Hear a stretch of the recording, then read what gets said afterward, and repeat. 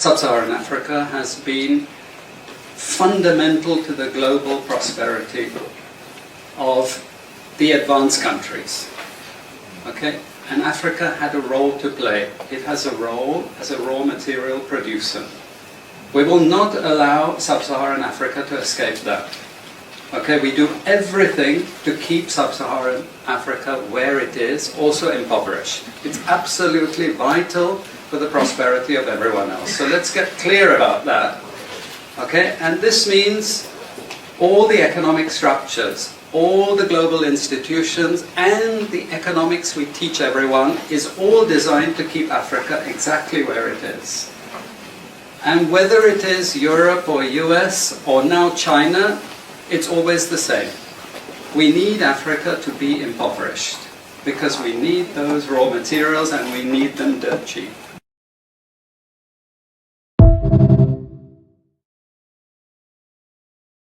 Fellas, it's another time, another moment of our discussion about the global politics, African politics, sociology, and also the pertinent issues, the contemporary pertinent issues that affect us, all of us, about politics and everything that surrounds us each and every day. And today, we have a lot to discuss.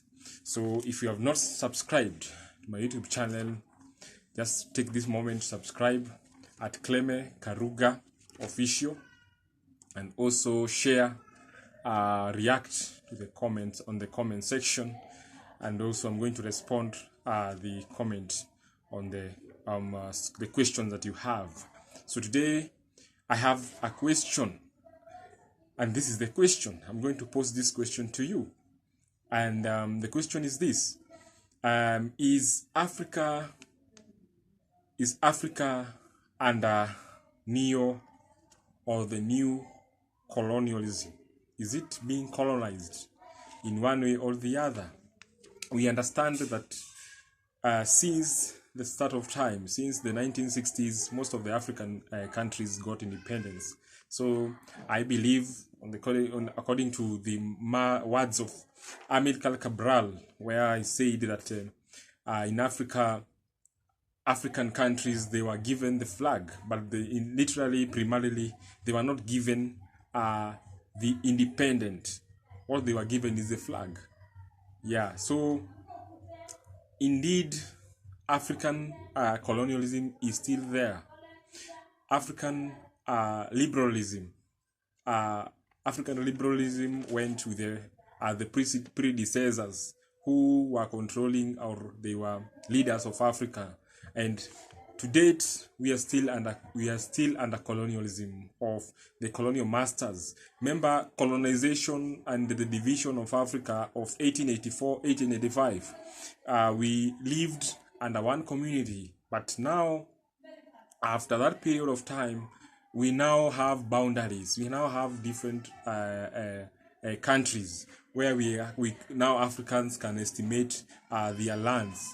So today we have this question, and this question goes to Congo, the Congolese, Rwandese, and also other parts of the country. You understand that other countries, they're trying to control their vast regions. One of them is the Sahel regions, where we have Burkina Faso, Niger, Mali, where most of them, they're trying to take control of their land, take control of their governorship, take control of their leadership, and disregarding and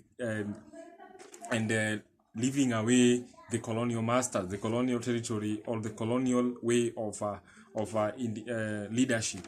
So we have words here. We have this speech which was made by the EU, the European Union official, who stated that USA and Europe, they are still doing imperialism in Africa, where they are expanding their territories each and every day in terms of controlling the vast minerals, the many minerals in Africa. Remember, Africa, it has a lot of minerals. These minerals, like the gold, silver, diamond, most of them are usually scooped from Africa, then they taken to European countries, also taken to the Asiatic countries like China and Japan. So also Africa has been exporting all these minerals for quite some time, especially Congo, which is mostly known for having most of the minerals which are used by the world, making cell phones, making batteries, and also making vehicles, chips. So imperialism simply means the expansion of territories. Imperialism comes the word imperial, so meaning these European countries and the USA are still having something. They're still scooping something from African countries such as Congo and Rwanda. So we understand that Africa is rich, but Africa is usually placed at the periphery in terms of development, in terms of rich, in terms of being wealth. The wealth is just a utopic idea, but in such sense, it means that Africa, it has all these minerals, but it does not use these minerals. So it just transports these minerals. Then in return, in return, it buys all these materials, all these products made from the minerals in a very expensive coins. So let us listen in to this speech, which was made by the EU official.